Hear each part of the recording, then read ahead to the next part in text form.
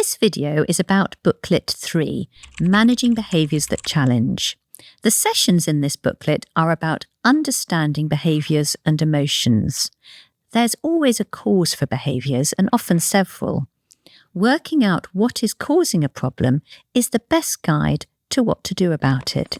I think what has happened is that you've taken on board what those booklets were getting at and the conversations with Lucy.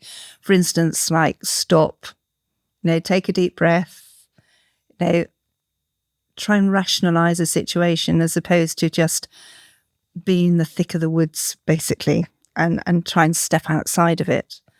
And at first I used to get irritated and then again, take a deep breath. And now over time, it just goes over my head.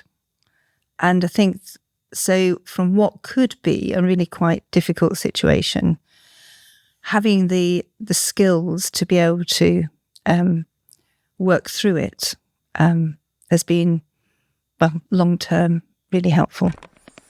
In session 1, the facilitator first talks about the different challenging behaviours people living with dementia may show.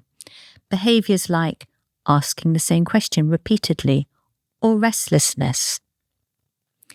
The facilitator then introduces carers to the DICE approach to help understand behaviours that challenge. DICE stands for Describe, Investigate, Create Care Plan, and Evaluate. The first step in DICE is to describe the behaviour. The facilitator asks the carer to imagine it as a film and be as detailed as possible. They make brief notes on the DICE diagram. The next step is to investigate reasons for the behaviour, jotting down key discussion points on the diagram. For example, the surroundings might contribute to how someone feels. They might feel unfamiliar, boring, confusing, uncomfortable, or troubling to the person in a different way. The carer is encouraged to keep jotting down ideas about behaviours on the diagram and to continue adding ideas after the session. Then, in session 2, the facilitator and carer look at the next 2 steps in DICE, Create and Evaluate. For each of the areas they discussed last week, they create care plans to address these possible causes. Outside help is often needed and important to address behaviours that challenge, so the facilitator discusses different sources of support. The final step in DICE is to evaluate, to see if strategies have been tried and whether they're working.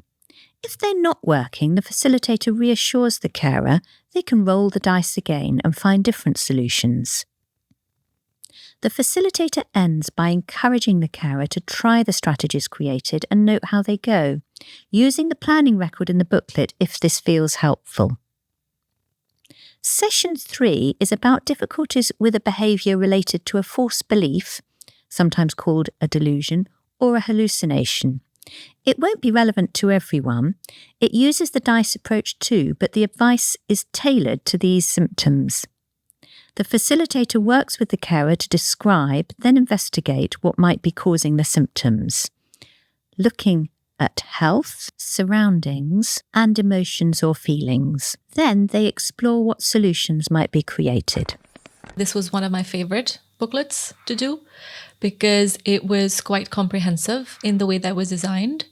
We started off with identifying any difficulties that the participants were facing, and then also had a chance to come up and create a plan.